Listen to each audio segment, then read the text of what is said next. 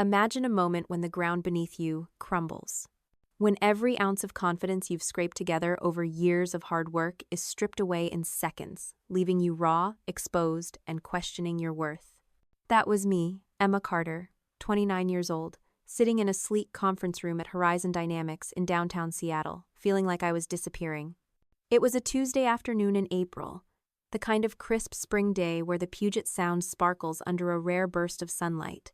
I wasn't so sure. That Tuesday, after Michael's words sliced through me, I left the meeting on autopilot. The elevator ride to the lobby felt like a descent into some private hell. I stepped out onto the Seattle streets, the air sharp with the scent of rain and coffee. I walked past Pike Place Market, where tourists snapped photos of flying fish, their laughter a stark contrast to the storm in my chest. I didn't cry, not yet. I held it together until I got home, collapsing onto my thrift store couch. That's when I called my mom. "I can't do this anymore," I sobbed, my voice breaking. Maybe Michael's right. Maybe I'm just not good enough. My mom, bless her, tried to comfort me. "You're more than your job, Emma," she said. But it didn't land. How could it? When your whole identity is tied to your work, and that work tells you you're worthless, what's left?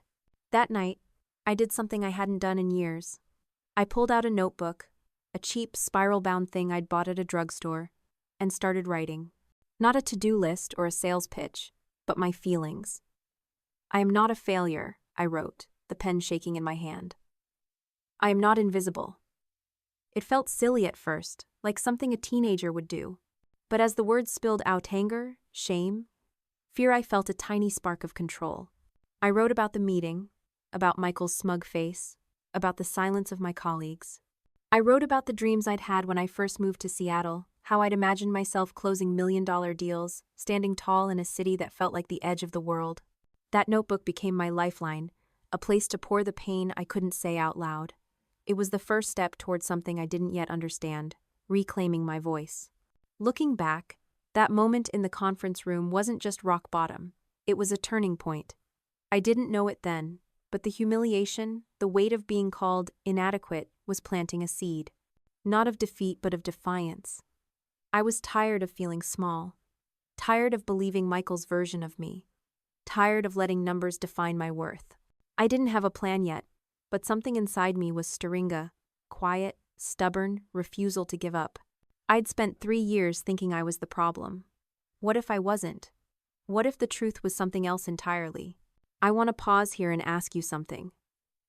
Have you ever had a moment when someone made you feel less than you are? A boss, a teacher, a friend who looked at you and saw failure instead of potential? I know I'm not alone in this. If you're out there, watching from Chicago or Miami or a small town like the one I grew up in, I want to hear from you. Drop a comment and tell me where you're from, and share a time when you felt underestimated. Because here's the thing, those moments don't define us. They're just the beginning of the story. And my story, well, it's about to take a turn you won't believe. That Tuesday in April was more than a bad day. It was the day I stopped accepting the lie that I was less than. It was the day I started paying attention, really paying attention, to the cracks in Michael's perfect facade.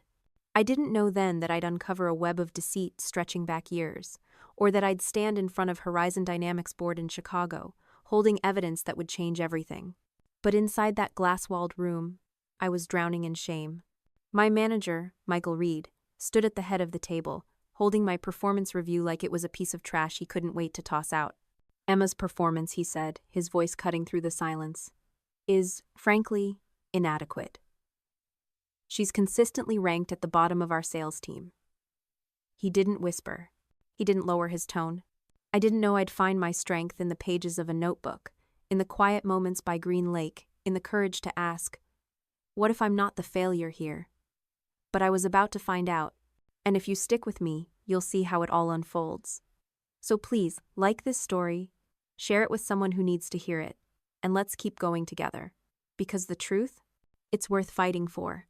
He said it in front of 12 of my colleagues, their eyes fixed on laptops or coffee cups, anywhere but me. I can still feel the heat rising to my cheeks, the way my hands trembled under the table. I was 29, and I'd spent 3 years at Horizon Dynamics, pouring my heart into a job I thought would define my future. I'd moved to Seattle from a small town in Oregon, chasing a dream of making it big in sales, of proving to myself and to my family that I could be more than just Emma. But there, in that moment, I felt like nothing. Michael's words weren't just criticism, they were a public execution of my self-worth. He tossed the review onto the table, its pages fanning out like a judgment for everyone to see. "The numbers don't lie," he said, his lips curling into something that wasn't quite a smile. "Emma's numbers speak for themselves." The room went still. My colleague Sarah, who always had a kind word, shifted uncomfortably in her chair, her pen tapping nervously against her notebook. Tom, the guy who cracked jokes during lunch breaks, stared at his laptop screen like it held the secrets of the universe. Nobody looked at me. Nobody said a word. It was as if I'd become invisible, a ghost haunting the edges of their success. I wanted to speak, to defend myself, to say that I'd worked 60-hour weeks, that I'd memorized every product spec, that I'd made cold calls until my voice gave out. But my throat tightened, and all I could do was sit there, shrinking into the leather chair, feeling smaller with every passing second. I was 29 years old, and for 3 years, I'd believed I was failing at everything. I'd wake up in my tiny studio apartment in Capitol Hill, the kind of place where the radiator hissed all night and the rent ate half my paycheck. I'd stare at the ceiling, wondering why I couldn't crack the code to success. I'd always thought hard work was enough. Growing up, my dad, a mechanic in Eugene, used to say, "Put in the hours, Emma, and the world will notice." But at Horizon Dynamics, the world wasn't noticing. My bank account was a constant reminder. 327.4. $2 last I checked. Barely enough for groceries after rent. I ate instant noodles most nights, rotating between 3 worn-out blazers for work, praying nobody noticed the frayed cuffs. I'd stopped going out with friends because I couldn't afford a $12 cocktail, and their questions about my job felt like knives. "Still at Horizon?" they'd ask, their smiles polite but pitying. "You'll figure it out." When I first stepped into the gleaming lobby of Horizon Dynamics in Seattle, I was 26 years old, fresh out of the University of Washington, and burning with a dream so vivid it felt like it could light up the world. I'd grown up in a small town in Oregon, where success meant a steady job at the local hardware store, or maybe a teaching gig at the high school. But I wanted more. Those kids reminded me of myself at their age full of dreams, but scared they'd never be enough. I'd tell them, "You don't have to be perfect. You just have to keep showing up." It was advice I needed, as much as they did. Volunteering grounded me, gave me a reason to keep going when the rejections piled up and my sales numbers didn't budge. But the truth is, those early months weren't all hope and hustle. There were moments of doubt, quiet cracks in my confidence that I tried to ignore. I'd close a lead, spend weeks nurturing a client in Portland, only to have Michael step in at the last minute. "Let me handle the final pitch, Emma," he'd say. "This one's too big for you to close alone." I'd nod, trusting him, thinking it was part of the learning curve. When the commission landed in his name, he'd wave it off. "It's about the team, not the individual," he'd say. "Your time will come." I believed him. God, I believed him. I didn't see the pattern yet, though. He'd swoop in on my best prospects, how my numbers stayed flat while his soared. I thought it was me. Maybe I wasn't as good as I thought. Maybe the dream was bigger than I could handle. Those doubts gnawed at me, especially at night. I'd lie awake in my Capitol Hill apartment, the city's hum filtering through my thin walls, and wonder if I'd made a mistake. I'd left behind a simpler life in Oregon, where my parents still lived in the same house I grew up in, where success meant stability, not skyscrapers. Had I been foolish to chase this? To think I could compete in a world of sharp suits and sharper egos? But then I'd think of my dad, who'd worked double shifts to send me to college, who'd told me, "You're not just chasing a job, Emma. You're chasing yourself." That dream of becoming the best version of me kept me tethered to Horizon Dynamics, even when the ground felt shaky. Looking back, I see how naive I was, how much I wanted to believe in the fairness of hard work. I didn't know then that Michael was building his success on the backs of people like me, that he was stealing not just my commissions but my confidence. I didn't know I'd spend 3 years ranked at the bottom, my dream battered by his lies. But I also didn't know how strong that dream would make me. It wasn't just about sales or Seattle or some corner office with a view. It was about proving to myself that I could rise, that I could face a world that tried to break me and come out whole. I want to ask you something. What's the dream that keeps you going? The one that gets you out of bed when everything else feels impossible? Maybe you're in Chicago, grinding through a job that doesn't see you. Maybe you're in Miami, dreaming of a life you haven't reached yet. Wherever you are, I want to hear about it. Drop a comment, tell me your story, and let's hold on to those dreams together. Because mine? It carried me through the darkest days at Horizon Dynamics. It led me to a notebook where I'd pour my heart out, to the shores of Green Lake where I'd find clarity, to a boardroom in Chicago where I'd uncover the truth. That dream was my anchor, and it's still guiding me. Stick with me, and I'll show you how it all unfolded. Like this story, share it, and let's keep chasing what matters. I wanted to stand tall in a city like Seattle, to close deals that made headlines, to prove that Emma Carter could be someone extraordinary. That dream was my fuel, the heartbeat that carried me through 60-hour work weeks, endless cold calls, and the dizzying highs and lows of my first real job. It was the dream that kept me going, even when the world tried to tell me I wasn't enough. Horizon Dynamics was everything I'd imagined a big city company would be. The office sat high above the Puget Sound, with floor-to-ceiling windows that framed ferries gliding across the water and the distant Olympic Mountains glowing at sunset. I'd walk in every morning, my heels clicking on the polished floors, feeling like I was part of something important. I was a sales associate, one of dozens chasing quotas. But to me, it wasn't just a job. It was a chance to rewrite my story. I'd spent my college years juggling part-time jobs waitressing, tutoring, even folding clothes at a mall in Bellevue just to pay tuition. Now, here I was, in a skyscraper in Seattle, ready to make my mark. I threw myself into the work with everything I had. I'd arrive at 7 a.m. before the office buzzed to life and study product manuals until I could recite specifications in my sleep. I'd make cold calls to clients in Portland, Miami, even Chicago, my voice steady despite the rejections. I'd stay late, researching companies until my eyes burned, crafting pitches tailored to their needs. I believed in the products we sold, software solutions that could transform businesses, and I believed in myself. I'd grown up hearing my mom say, "Emma, you've got a fire in you. Don't let anyone dim it." And I wasn't about to. Not then. Not when the dream felt so close I could taste it. My manager, Michael Reed, seemed like the perfect guide. He was tall, polished, with a voice that commanded attention and a smile that made you feel seen. When he walked through the sales floor, heads turned. He had a way of speaking that made every word sound like a favor, like his time was a gift he was choosing to give you. In those early days, I hung on his every word. "You've got potential, Emma," he'd say, leaning back in his chair during our one-on-one meetings. "But sales is a tough game. Trust my process, and I'll get you there." I nodded eagerly, scribbling notes, grateful for his attention. I saw him as a mentor, someone who'd climbed the ladder and was reaching back to pull me up. I didn't know then that his process was built on lies, that his mentorship was a trap designed to keep me small. Outside of work, I found a way to keep my spirit alive. On weekends, I'd volunteer with a nonprofit in Seattle, helping young people from underserved communities build resumes and practice for job interviews. It started as a way to give back, to feel like I was making a difference beyond my cubicle, but it became more than that.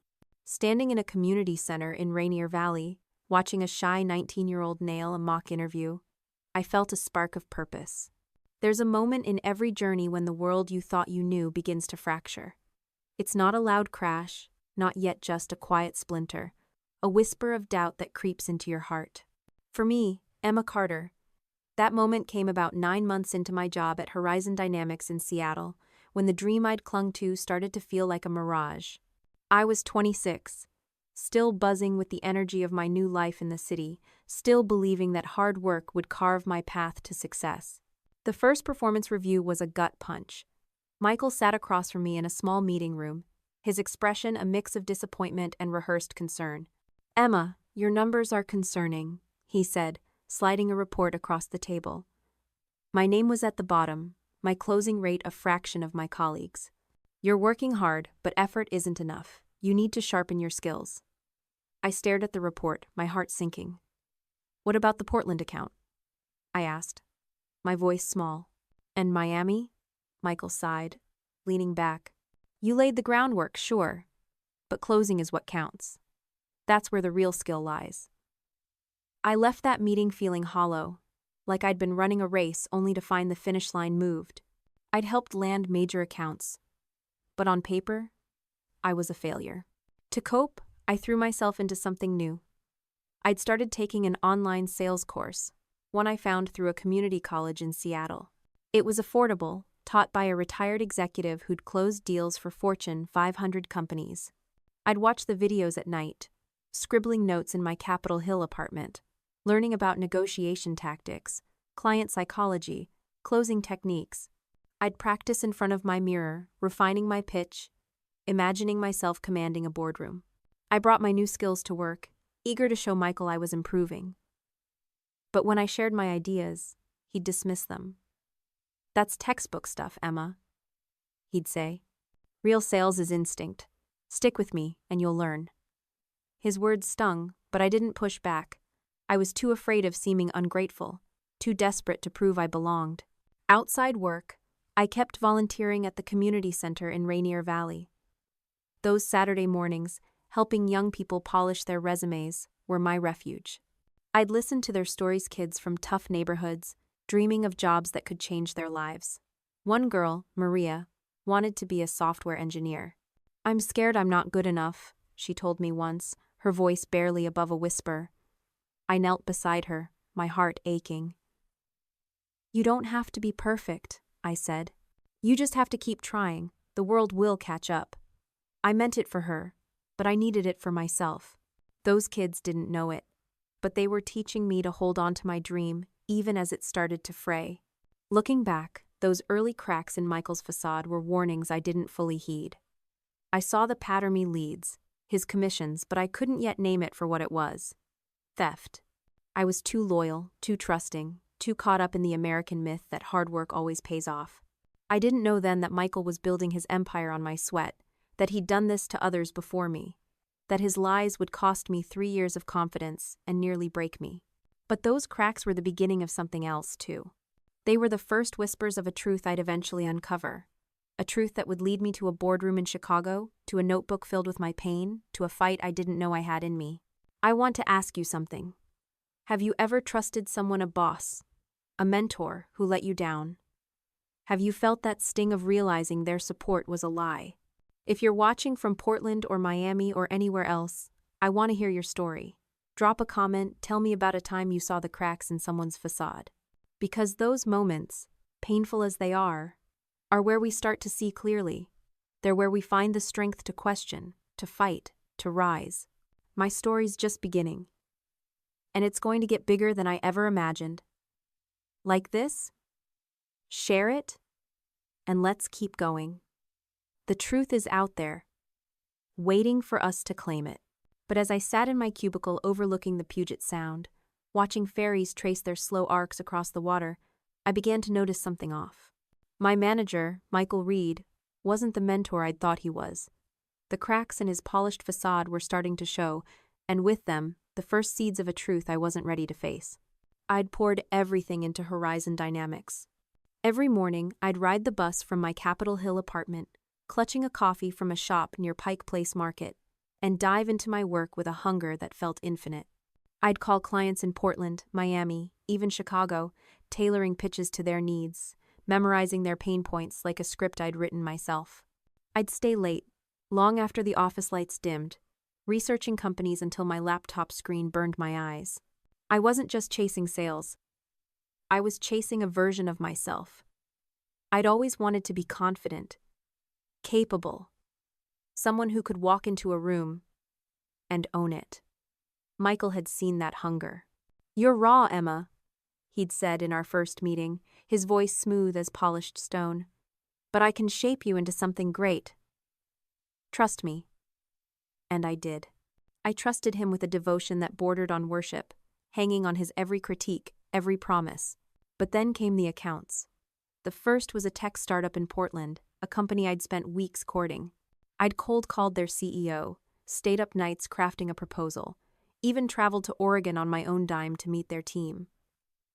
When they agreed to a demo, I was electric with pride. I told Michael, expecting him to celebrate my win.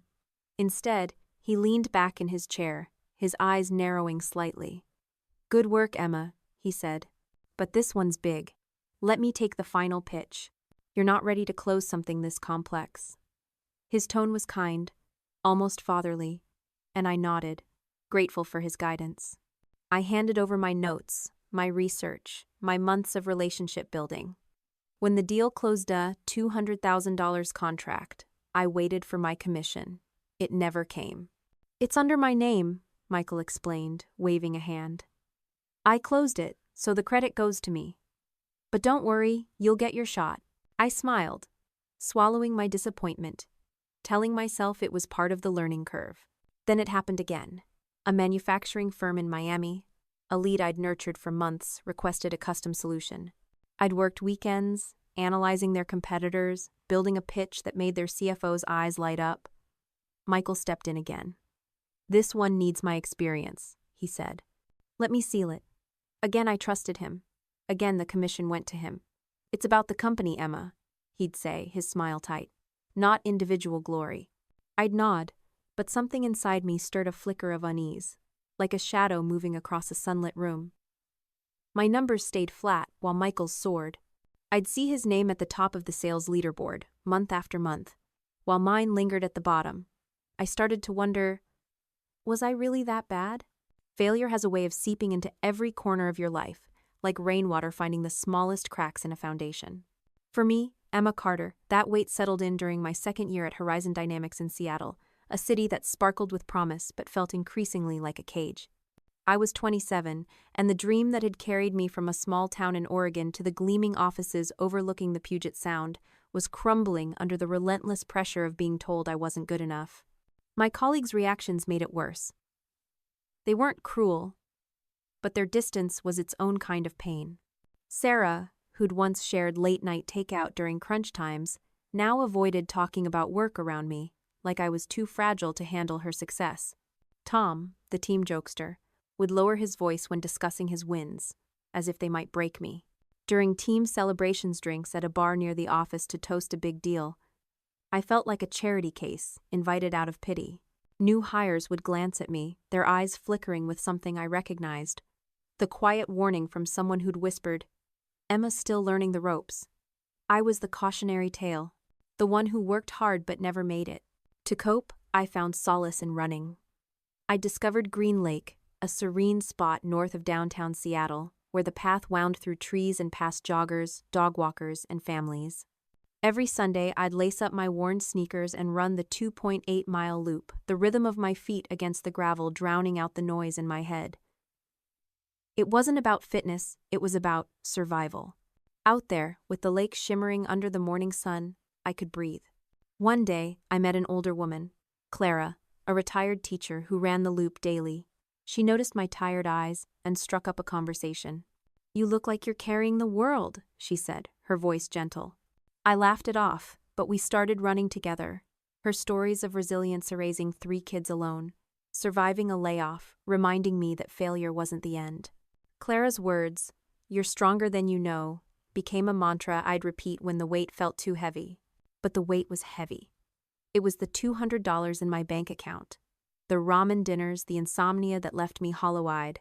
It was the fear that Michael was right, that I didn't belong in sales, that I'd never be more than Emma, the underperformer.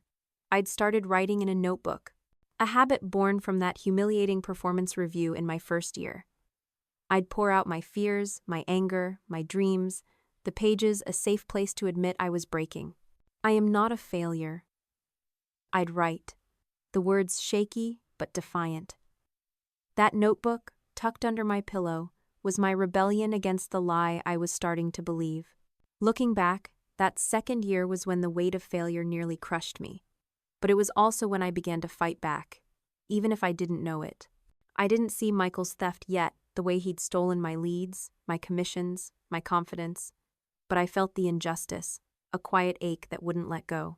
I didn't know I'd uncover a scheme that stretched across years, victimizing others before me, or that I'd stand before a board in Chicago holding evidence that would shatter Michael's lies. But the running, the writing, the small acts of defiance were building something inside me. A spark of courage, a refusal to let failure define me. I want to ask you something. Have you ever felt like failure was all you were?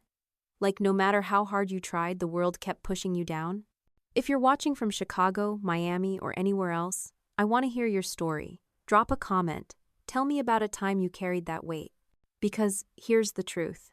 That weight doesn't own you. It's just a chapter, not the whole book. My story's about to shift, and it's going to take you places you won't expect.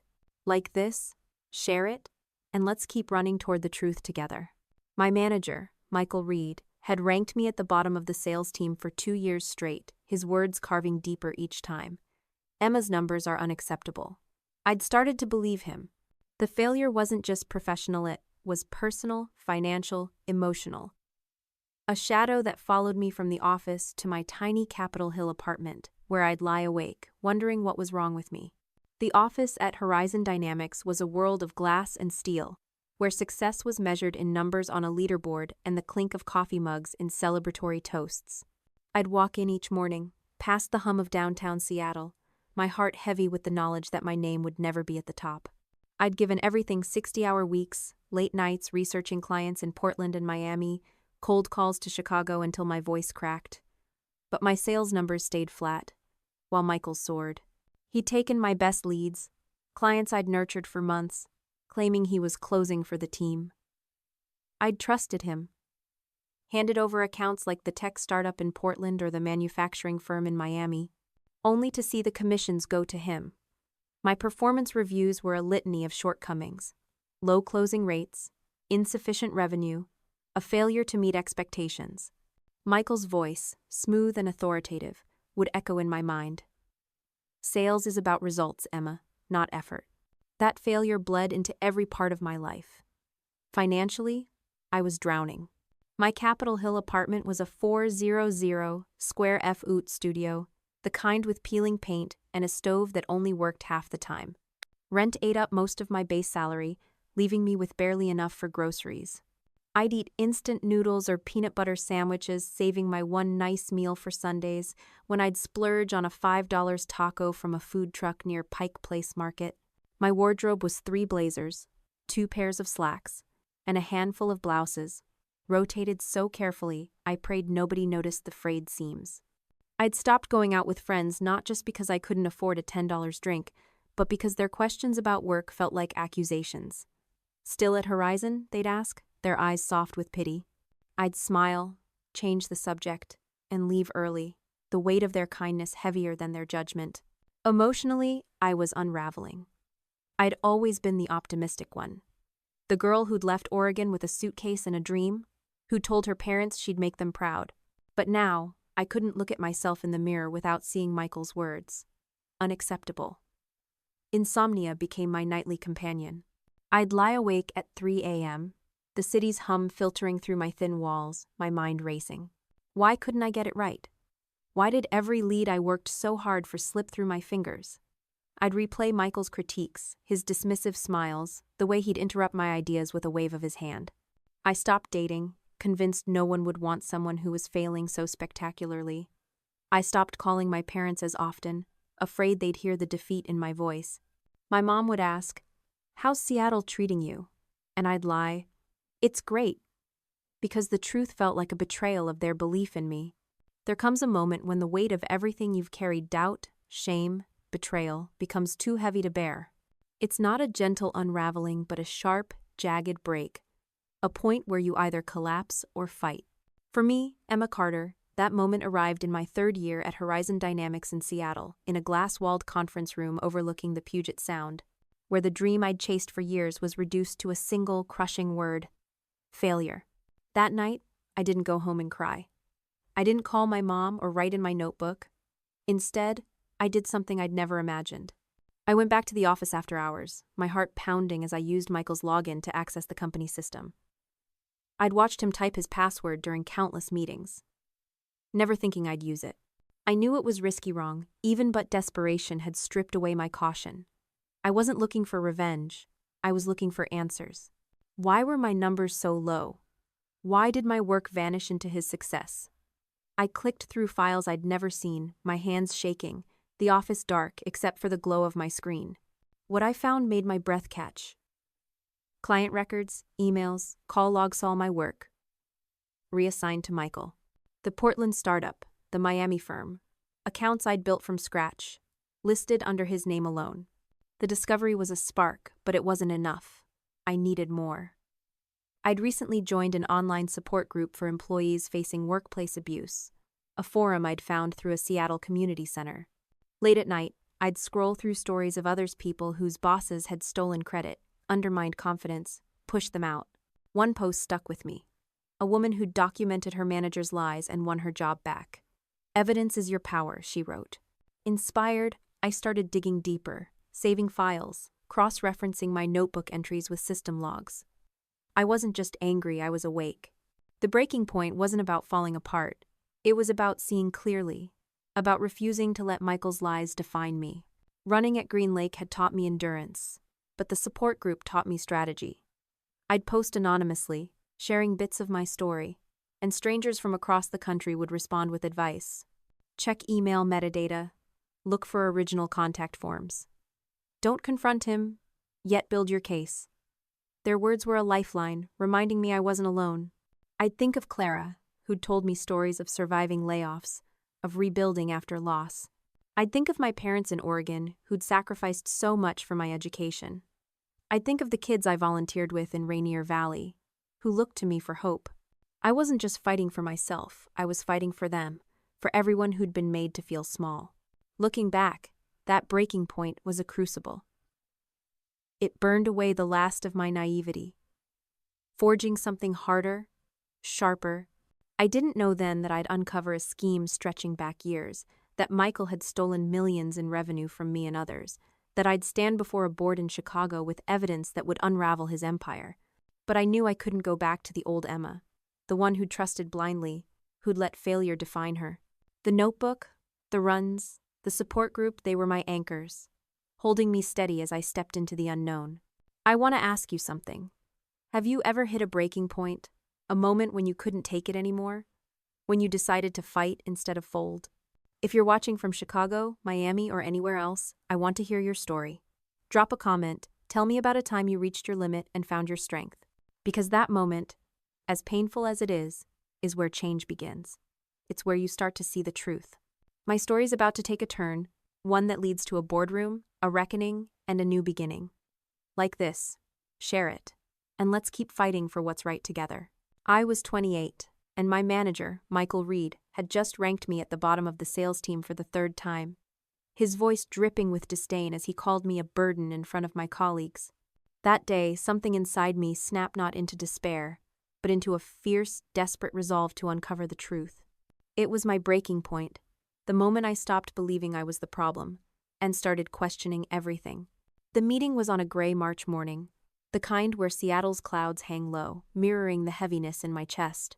I'd walked into Horizon Dynamics' office, my heels clicking on the polished floors, clutching a notebook where I'd poured out my fears and defiance. For 3 years, I'd given everything to this company.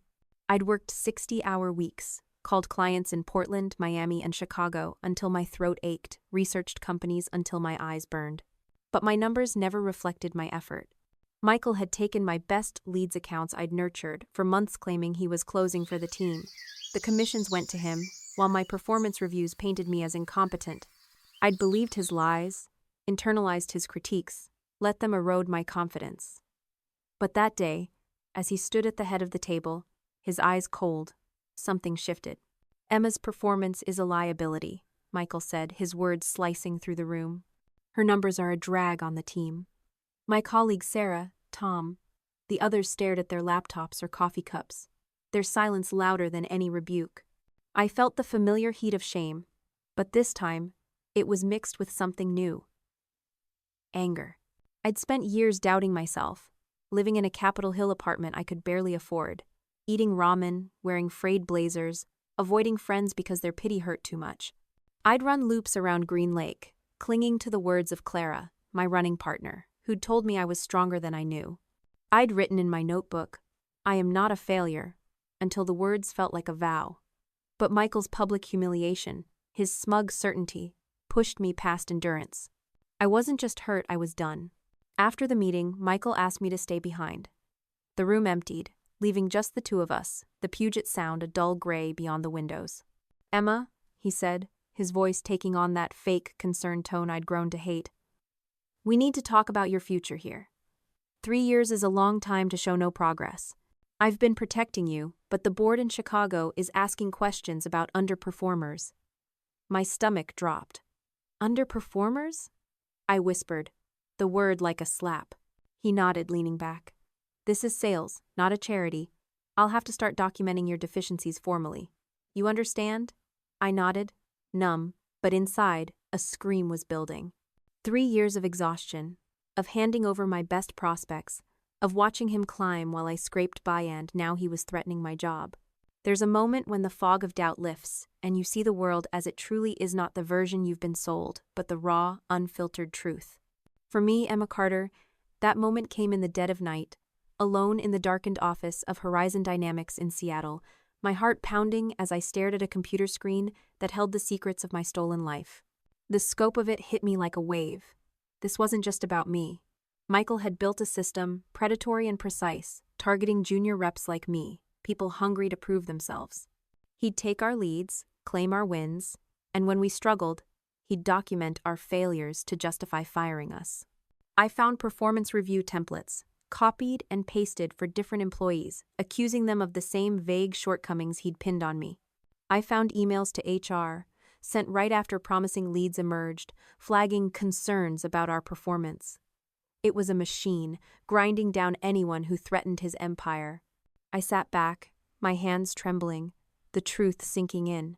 I wasn't a failure. I was a victim of a thief. But knowing the truth wasn't enough. I needed to act. My runs at Green Lake, where I'd met Clara, my wise running partner, had taught me endurance. But the online support group gave me strategy. "Document everything," one member wrote. "Make it airtight." I spent nights downloading file smails, contracts, call logs ensuring timestamps and metadata were intact. I'd learned from the library course how to trace IP addresses, proving my computer had initiated client contacts. My notebook, once a place for pain, became a ledger of evidence, each entry a brick in the case I was building. I'd think of the kids I volunteered with in Rainier Valley, their dreams so like mine, and feel a fire growing. This wasn't just for me. It was for them, for Lisa, for Mark, for everyone Michael had crushed. The truth was a double-edged sword. It freed me from self-doubt, but filled me with a new kind of fear. What if I confronted Michael and lost everything? My job, my reputation, my fragile foothold in Seattle? I'd lie awake in my apartment, the city's hum, a reminder of how small I felt against his power. But Clara's words, "You're stronger than you know," and the support group's encouragement kept me going. I'd think of my parents in Oregon, who'd believed in me when I left for the University of Washington.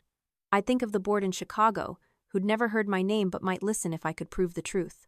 Looking back, uncovering the truth was like stepping into a storm.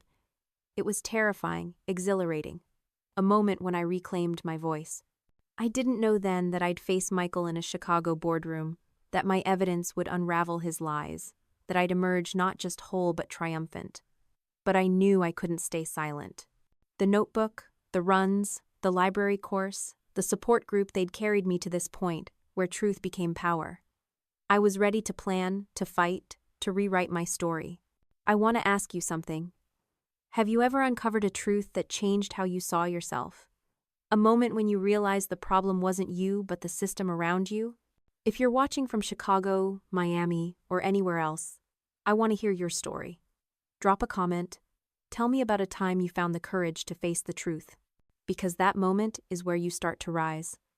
My story's about to get bigger, leading to a reckoning that will shake Horizon Dynamics to its core. Like this, share it, and let's keep seeking the truth together. I was 28, 3 years into a job that had broken me down, ranked last in performance reviews by my manager Michael Reed, who'd called me a burden and threatened my future. But that night, in March, with the Puget Sound, a black expanse beyond the windows, I uncovered a truth that changed everything. It wasn't just about me. It was about a system of betrayal that had crushed others before me. A web of lies spun by a man I'd once trusted. That truth was my weapon, and I was ready to wield it. The breaking point had come days earlier, when Michael's public humiliation and veiled threats pushed me past endurance. I'd gone back to the office after hours, using his login password memorized from countless meetings to dig for answers. Why were my sales numbers so low? Why did my work vanish into his success? What I found that first night was a shock. Client records for accounts I'd built, like the tech startup in Portland and the manufacturing firm in Miami, listed solely under Michael's name. My emails, my call logs, my months of relationship build and raced, reassigned to him. But that was just the surface. I needed more. Something undeniable. I'd been part of an online support group for workplace abuse, found through a Seattle community center, where strangers urged me to find the evidence. Their words echoed as I returned night after night, each session a step deeper into the abyss. I'd started teaching myself data analysis, thanks to a free course offered at the Seattle Public Library. It was basic spreadsheets, file sorting, metadata, but it gave me the tools to navigate Horizon Dynamics system. I'd sit in my Capitol Hill apartment, my notebook open, cross-referencing entries from my personal records with what I found. The office was silent at midnight, the only sound the hum of my laptop and the occasional creak of the building. I'd search client folders, finding my initial contact forms buried in archives, my research notes saved under Michael's signature. The Portland account, worth $200,000, had my name on the first email but his on the contract. The Miami deal, $300,000, showed my call logs but his closing credit. Each discovery was a jolt, a mix of rage and relief. I wasn't failing. I'd been robbed. Then I found the spreadsheet. Hidden in a password-protected subfolder, it took me hours to crack guessing variations of Michael's usual logins until one worked. When it opened, I felt sick. It was Michael's personal commission tracker, not the company's official records, detailing every deal he'd claimed. My name was at the top. $2.8 million in revenue I'd generated over 3 years, all credited to him. The commissioned hundreds of thousands of dollars could have changed my life, paid off my student loans, moved me out of my crumbling apartment. But that wasn't the worst part. The spreadsheet listed others. Former employees, talented reps who'd underperformed and left. Their accounts, worth $5 million over 6 years, had been funneled to Michael. Names I recognized: Lisa, Mark. Others who'd vanished from the company haunted the rows, their work stolen, their reputations ruined. There's a fire that ignites when you uncover a truth so raw it reshapes your world. It's not just anger or betrayal, it's a clarity, a resolve that turns pain into purpose. For me, Emma Carter, that fire burned brightest in the quiet nights of March, alone in my Capitol Hill apartment in Seattle, surrounded by pages of evidence that proved my manager, Michael Reed, had stolen my work and my future. I'd imagine the bored strangers in suits, their eyes skeptical but listening. The workshop gave me tools, but my volunteer work in Rainier Valley, helping kids chase their dreams, gave me purpose. I'd think of Maria, the teen who wanted to be an engineer, and feel a surge of duty. This fight was for her, for the colleagues Michael had crushed, for the Emma who'd believed in fairness. Michael, meanwhile, grew bolder. He sensed my defeat, thought 3 years of humiliation had snuffed out my fight. He'd interrupt me in meetings, claiming credit for my work in real time. "Great job on the Denver pitch, Emma," Laura said once, smiling. Before I could respond, Michael cut in. "She laid the groundwork, but I closed it. Emma's still learning the finesse." I wanted to scream. The Denver client had called me after a trade show, their interest sparked by my demo. I'd spent weeks crafting their solution. But I smiled, nodding, because I had a plan. Screaming wouldn't win. Strategy would. The plan took shape over 2 weeks. I wrote a letter to the board, not a rant, but a professional summary, mirroring the corporate tone Michael used. "Dear board members," it began, "I am providing evidence of systematic revenue misattribution and employee exploitation in our sales department. I detailed the $5 million stolen, citing specific accounts, attaching 200 pages of proof emails, contracts, metadata. I printed 7 copies, 1 for each board member, plus extras, and organized them in binders, each page annotated for clarity. I'd learned from the support group to avoid email too easy to delete. Instead, I'd hand-deliver the binders to the board's assistants in Chicago, flying there on a budget airline, my heart pounding as I booked the ticket with my last $300. The night before the board meeting, I stayed late at Horizon Dynamics, not to gather more evidence, but to rehearse. I stood in the empty conference room, the Puget Sound, a dark mirror outside, and practiced my delivery. I'd memorized the board's names, their roles, their priorities. I'd anticipated Michael's defenses. She's a junior rep, I mentored her, and prepared counterpoints. My notebook, now a battle plan, lay open, its pages marked with highlighters. I thought of Clara's stories of resilience, of my parents in Oregon, of the kids in Rainier Valley. This wasn't just about me. It was about rewriting a story of injustice. Looking back, planning the counterstrike was when I became a warrior. The fear was still there, fear of failure, of retaliation, but it was dwarfed by purpose. I didn't know I'd face Michael in that Chicago boardroom. That my evidence would spark an investigation, that I'd emerge not just vindicated but transformed. But I knew I was done being small. The runs at Green Lake, the library course, the support group, the workshop, they'd built me into someone who could fight with precision, not just passion. I want to ask you something. Have you ever planned a stand? A moment when you decided to fight for what's right? A time when you turned pain into power? If you're watching from Chicago, Miami, or anywhere else, I want to hear your story. Drop a comment, tell me about a time you strategized to change your fate. Because that planning, that quiet resolve is where victories begin. My story's about to reach its climax, in a boardroom where truth meets power. I was 28, 3 years into a job at Horizon Dynamics that had ranked me last, called me a failure and nearly broken me. But after uncovering Michael's systematic theft, $2.8 million in revenue from me, $5 million from others over 6 years, I wasn't broken anymore. I was planning a counterstrike, a strategic, calculated move to expose him to the board in Chicago. This wasn't about revenge. It was about justice. And I was ready to fight for it with everything I had. Like this, share it, and let's keep building our plans together. The truth had come at a cost. Nights spent sneaking into Horizon Dynamics' office, using Michael's login to access files, had left me jittery, haunted by the fear of being caught. I'd found client records, Portland startups, Miami manufacturers reassigned to Michael, my emails and call logs buried under his name. A hidden spreadsheet revealed the scope. Millions stolen from me and former colleagues, their failures engineered to mask his greed. But knowing wasn't enough. I needed a plan, one that would make the board listen, one that couldn't be dismissed.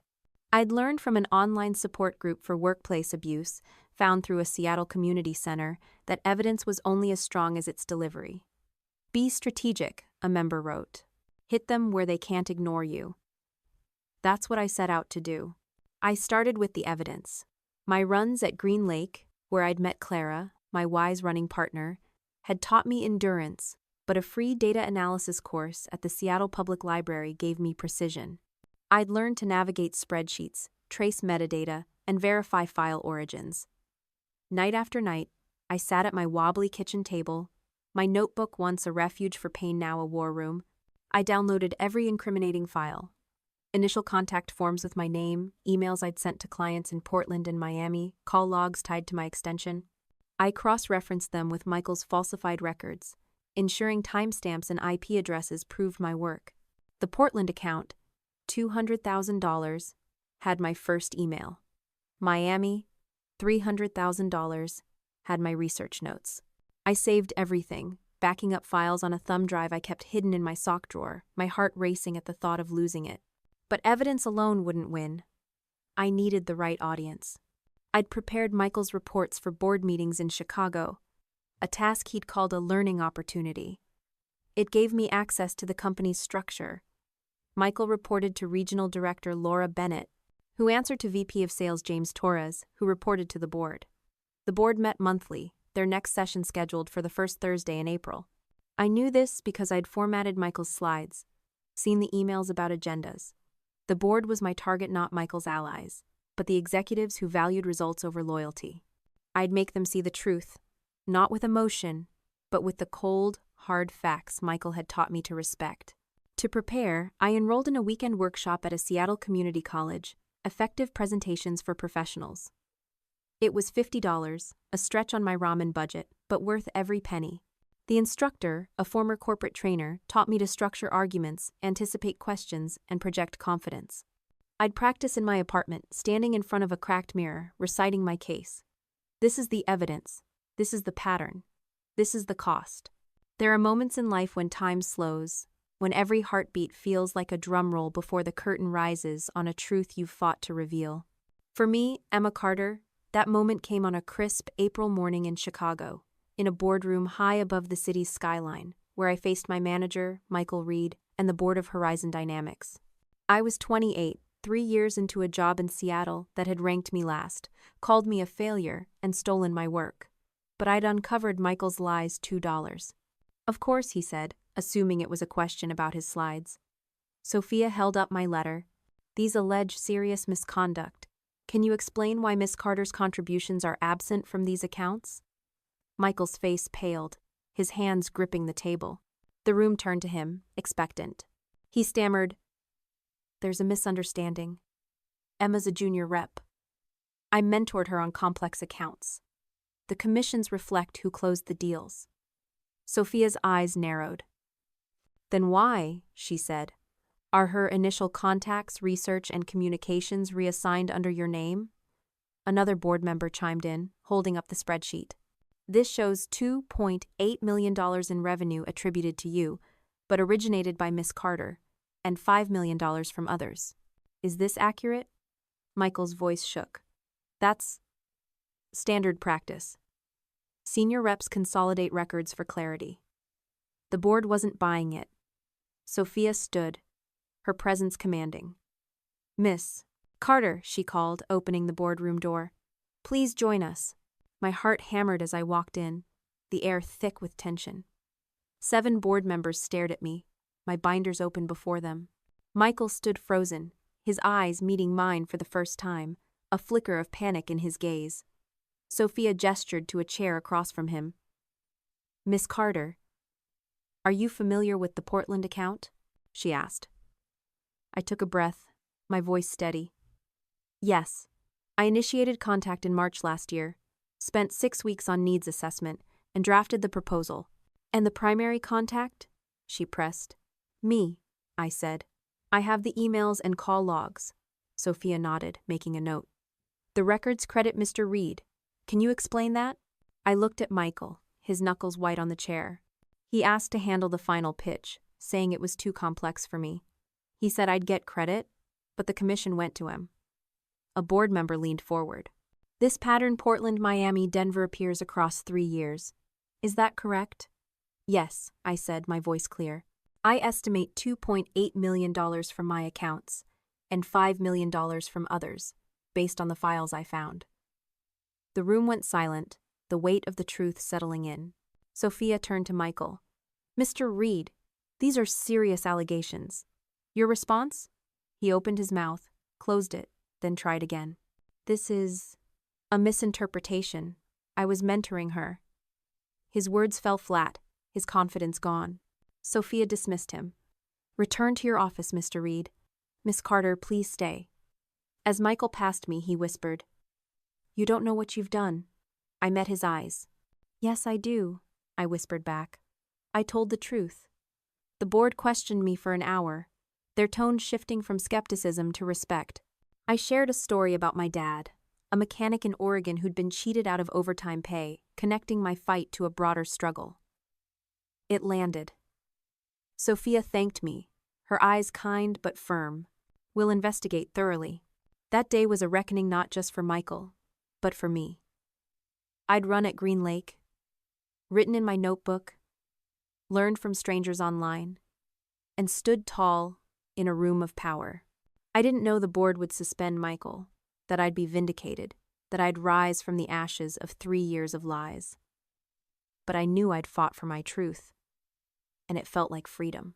$8 million in revenue he'd claimed from me, $5 million from others over 6 years, and I'd planned a counterstrike. That day, in a room of glass and power, I laid bare the truth, not with anger, but with the quiet strength of someone who'd learned to fight. It was my day of reckoning, and it changed everything. I want to ask you something. Have you ever faced a moment when you had to stand up for what's right, no matter the cost? If you're watching from Chicago, Miami, or anywhere else, drop a comment, share your reckoning, because those moments define us. My story's not over, it's leading to justice, transformation, and a new beginning. Like this? Share it. And let's keep standing together. The morning began in Seattle, where I'd woken at 4 a.m. in my Capitol Hill apartment, my stomach churning with nerves. I'd flown to Chicago the day before, my $300 ticket a gamble on a future I couldn't yet see. In my bag were 7 binders, each a meticulously crafted case against Michael. Emails, call logs, contracts, metadata, and a spreadsheet revealing his theft. I delivered them to the board's assistants at Horizon Dynamics Chicago headquarters, my hands steady despite the fear clawing at me. The board meeting was set for 10 a.m., and Michael would present his annual performance rankings, with my name at the bottom and his at the top. He didn't know what was coming. He didn't know I'd turned his own lessons precision, strategy, results against him. I arrived at the Chicago office early, the building a tower of steel overlooking Lake Michigan. The executive floor was a world apart from our Seattle office, with plush carpets and mahogany furniture that screamed authority. I'd only been to such places as Michael's shadow, introduced as one of our developing reps. Today, I was something else. I found an empty office across from the boardroom, its glass walls giving me a clear view of the meeting. At 10 a.m., Michael strode in, his laptop bag slung over his shoulder, his confidence unshaken. He stood at the head of the table, his slides projected on a screen.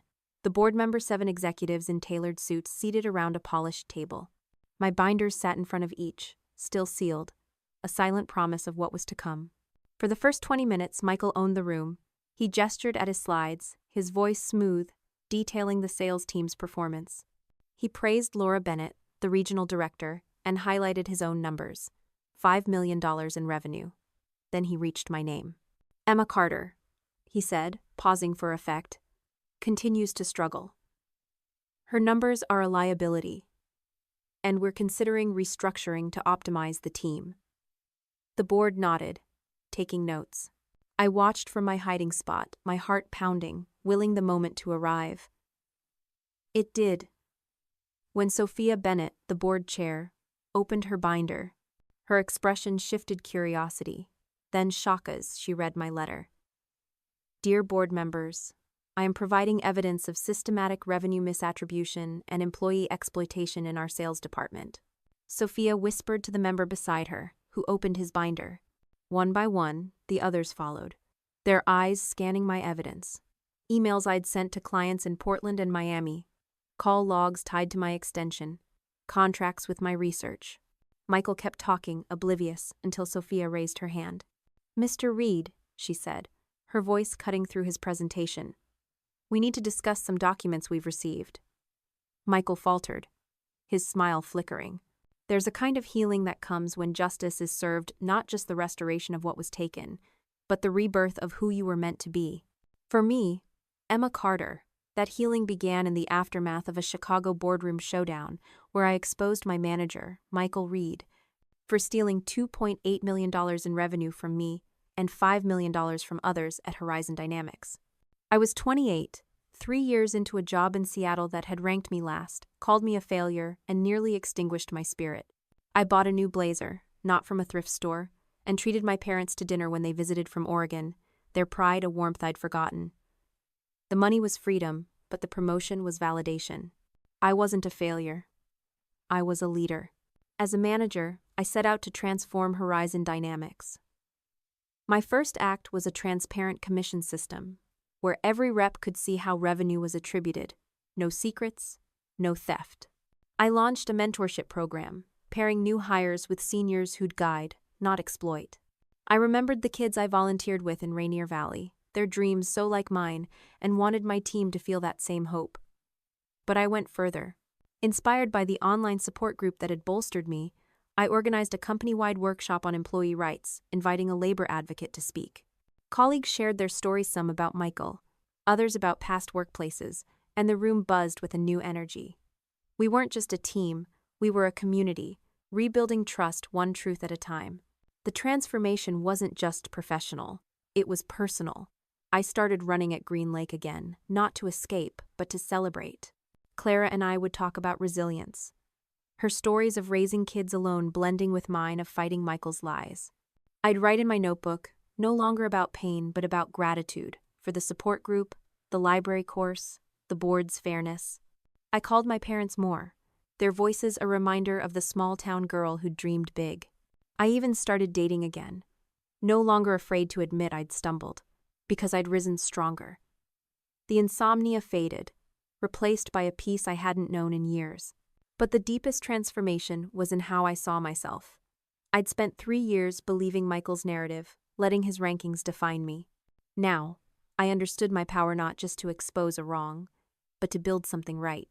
I thought of the boardroom in Chicago, where I'd faced Michael, not with rage, but with evidence, and a story about my dad, a mechanic cheated out of pay, that connected my fight to theirs.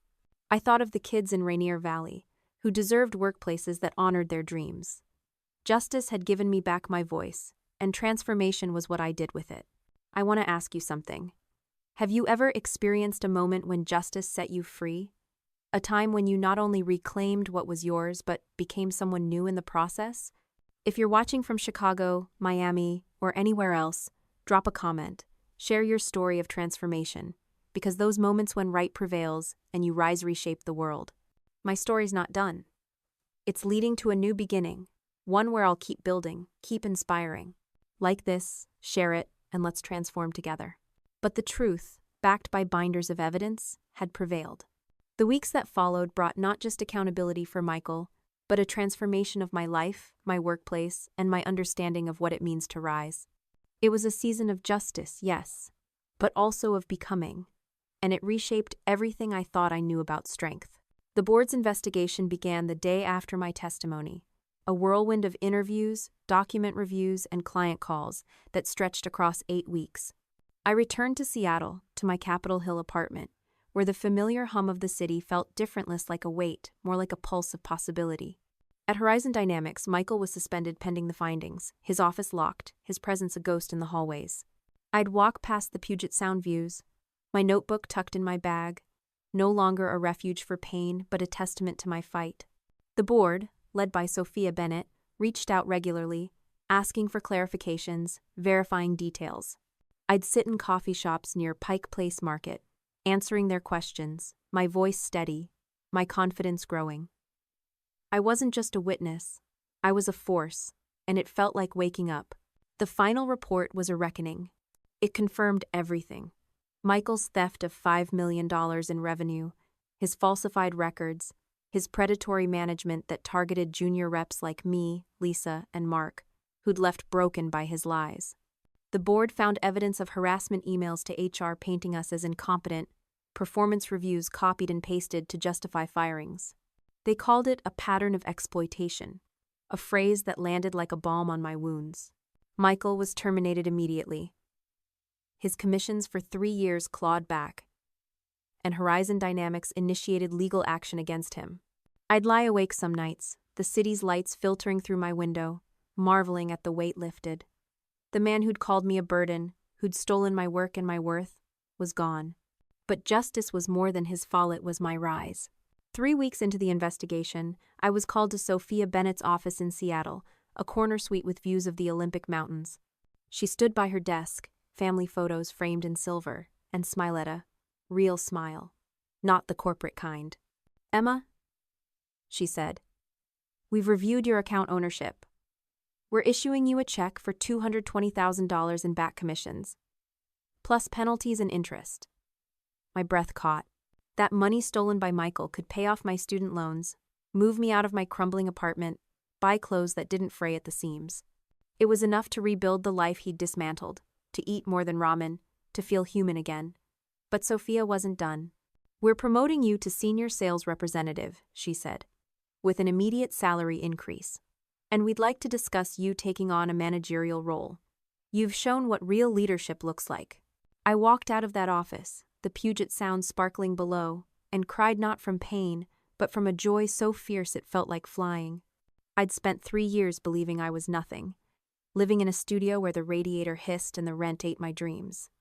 Now, I was seen, valued, whole. I moved to a one-bedroom apartment near Green Lake, where I'd run with Clara, my wise friend who'd told me I was stronger than I knew.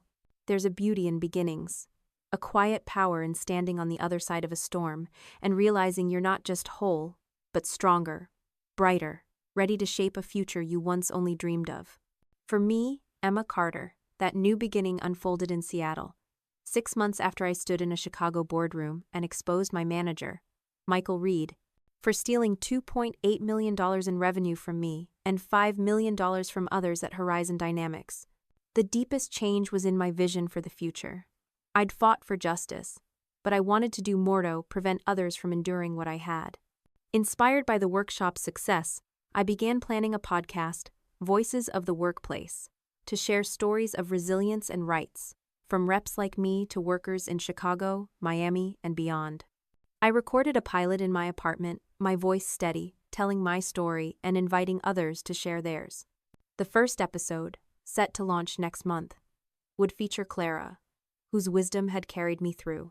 I also started a small scholarship fund in Seattle, using part of my commission to support students like Maria, who faced financial barriers to their dreams. The fund was modest, but every dollar felt like a seed planted for change. This new beginning was rooted in a truth I'd learned the hard way. The best revenge isn't getting even, it's becoming everything your detractors could never be. Michael had built his empire on lies, but I was building mine on integrity, community, and hope. I'd think of the Chicago boardroom, where I'd faced him with evidence and a story about my dad, a mechanic cheated out of pay, that connected my fight to theirs. I'd think of the kids in Rainier Valley, whose dreams deserved protection. I'd think of the support group, the library, the runs at Green Lake, each a thread in the tapestry of my rebirth. I wasn't just Emma Carter, sales rep. I was Emma Carter, leader, advocate, dreamer, and I was just getting started. I want to ask you something. What's your new beginning? Have you ever emerged from a struggle to find a version of yourself you didn't know existed? A moment when you rebuilt not just your life, but your purpose? If you're watching from Chicago, Miami, or anywhere else, drop a comment. Share your story of starting anew. Because those beginnings, born from truth and resilience, are where we change the world. My story's not over, it's growing, with a podcast, a scholarship, and a mission to lift others up. Like this, share it, and let's build our new beginnings together. As I sit in my office, the Puget Sound shimmering outside, I feel a gratitude that runs deeper than words. For the notebook that held my pain, the runs that gave me strength, the strangers who became allies, and the board who chose fairness. For my parents, who believed in me, and for Maria, whose dreams remind me why I fight. This new beginning isn't just Minate's ours, a call to every person who's been underestimated, silenced, or stolen from. We are not our failures. We are our courage, our truth, our ability to rise and rebuild. So let's keep going, keep sharing, keep dreaming. The world is waiting for our stories, and I can't wait to hear yours. I was 28, no longer the woman ranked last, called a failure, or confined to a Capitol Hill studio where despair had been my roommate. I'd fought for the truth, won justice, and transformed my workplace and myself. Now, in a new office with a view of the Puget Sound, I was building a life and a legacy, not just for me, but for everyone who'd ever been told they weren't enough. This was my new beginning, and it was only the start. The aftermath of Michael's termination was a whirlwind of change. The board's 8-week investigation had confirmed his predatory system falsified records, stolen commissions, engineered failures for reps like me, Lisa, and Mark. He was fired, his commissions clawed back, and Horizon Dynamics pursued legal action. I'd been awarded $220,000 in back commissions, promoted to senior sales representative, and invited to manage my division. I moved from my crumbling apartment to a one-bedroom near Green Lake, where I'd run with Clara, my wise friend who'd seen my strength before I did. The money paid off my student loans, bought new clothes, and let me treat my parents to a visit from Oregon, their pride a warmth that healed old wounds. But the real victory wasn't the check or the title, it was the chance to rebuild, to lead, to inspire. As a manager, I set out to make Horizon Dynamics a place where truth and fairness thrived. I implemented a transparent commission system where every rep could track their revenue in real time. No secrets, no theft. I launched a mentorship program, pairing new hires with veterans who'd guide without exploiting. I remembered the kids I volunteered with in Rainier Valley, like Maria, who dreamed of being an engineer and wanted my team to feel that same hope. But I went further. Inspired by the online support group that had bolstered me, I organized a company-wide workshop on employee rights, inviting a labor advocate to empower my colleagues. The event was Electrocrep's shared stories, some about Michael, others about past workplaces, and we vowed to build a culture of trust. I'd sit in my office, once Michael's, now redecorated with plants and photos, and feel a surge of purpose. This was what leadership meant. Not power, but service. But my new beginning wasn't just about work. It was about reclaiming myself. I'd spent 3 years believing Michael's lies, living in a haze of self-doubt, my nights haunted by insomnia and ramen dinners. Now, I ran at Green Lake not to escape but to celebrate, Clara's stories of resilience blending with my own. I wrote in my notebook, no longer about pain but about gratitude for the library course that taught me data analysis, the support group that gave me strategy, the board's fairness in Chicago. I reconnected with friends, no longer dodging their questions about work, and started dating, open to love because I'd learned to love myself. I'd call my parents in Oregon, their voices a reminder of the small-town girl who dared to dream big, and feel whole in a way I hadn't since I'd left for the University of Washington. Emma Carter's story is a testament to the resilience of the human spirit, a journey from the depths of self-doubt to the heights of empowerment, played out against the backdrop of Seattle's shimmering Puget Sound and the corporate towers of Horizon Dynamics. At 28, Emma stood at a crossroads, her dream of becoming a sales star, shattered by 3 years of being ranked last, labeled a failure by her manager, Michael Reed, who called her a burden in front of her colleagues. As a manager, Emma transformed Horizon Dynamics. She introduced a transparent commission system, ensuring no rep's work could be stolen, and a mentorship program that uplifted, not exploited. She organized a workshop on employee rights, sparking a culture of trust where colleagues shared their stories. Beyond the office, Emma's life bloomed. She ran at Green Lake to celebrate, not escape, her bond with Clara deepening. She wrote in her notebook about gratitude, not pain, and reconnected with friends and family, her parents' pride a healing balm. She launched a podcast, Voices of the Workplace, to share stories of resilience, and started a scholarship fund for Seattle students like Maria, planting seeds for their dreams. Emma's new beginning wasn't just personal, it was a movement, a call to rewrite the stories of those underestimated. The lesson of Emma's journey is profound. Truth, backed by courage and strategy, can dismantle even the most entrenched injustice, and from that victory, you can build a life of purpose. Emma's story teaches us that self-doubt, when confronted, becomes strength. She didn't accept Michael's label of failure. She questioned it, dug for answers, and found her power. It's a reminder that the narratives others impose, whether a boss, a critic, or society, aren't your truth unless you let them be. Emma's meticulous planning, from library courses to binders of evidence, shows that passion alone isn't enough. You need discipline to turn pain into progress. Her connection to others, Clara, the support group, Maria underscores that no fight is solitary. Community amplifies courage, giving you the tools and heart to keep going. For today's audience, Emma's lessons are a blueprint for navigating a world of challenges, from toxic workplaces to personal setbacks. First, question the stories you're told about yourself. If you're stuck in a job, a relationship, or a mindset that calls you less than, pause and ask, is this true? Dig for evidence, like Emma did, whether it's feedback, data, or your own instincts. Second, prepare strategically. Take a course, join a group, build your skills, small steps that arm you for big fights. The internet, like Emma's support group, offers communities for every struggle, from career advice to mental health.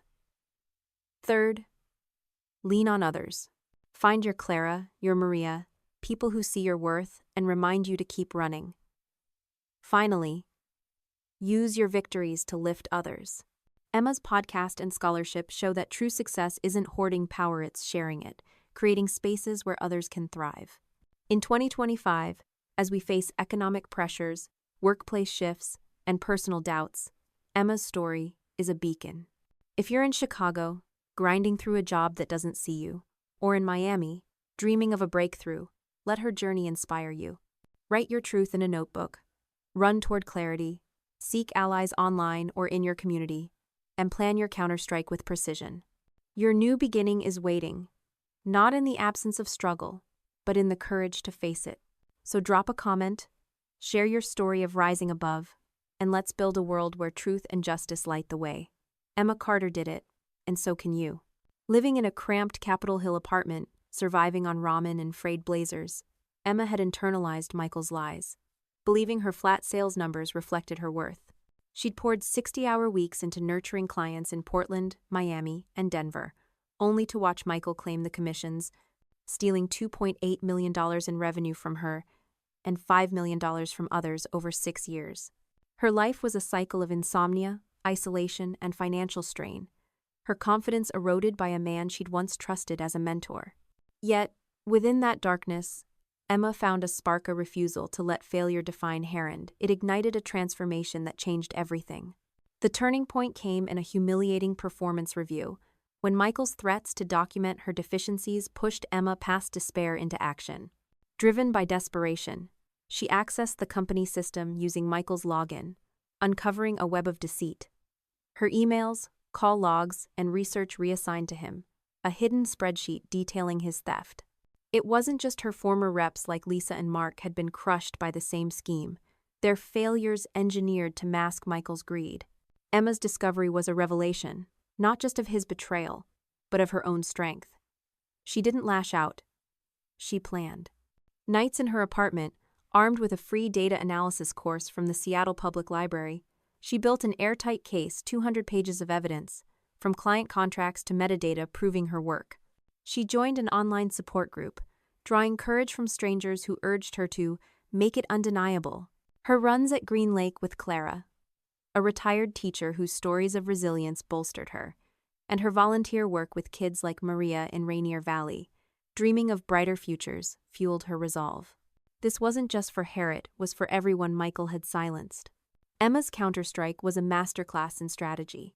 She wrote a professional letter to the board in Chicago, detailing $5 million in stolen revenue, and hand-delivered 7 binders of proof, flying on her last $300. In the boardroom, as Michael presented his falsified rankings, board chair Sophia Bennett opened Emma's evidence, halting his lies.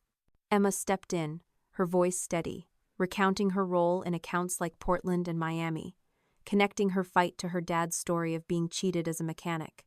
Michael's defenses crumbled, his panic palpable. The board dismissed him, and Emma's truth prevailed.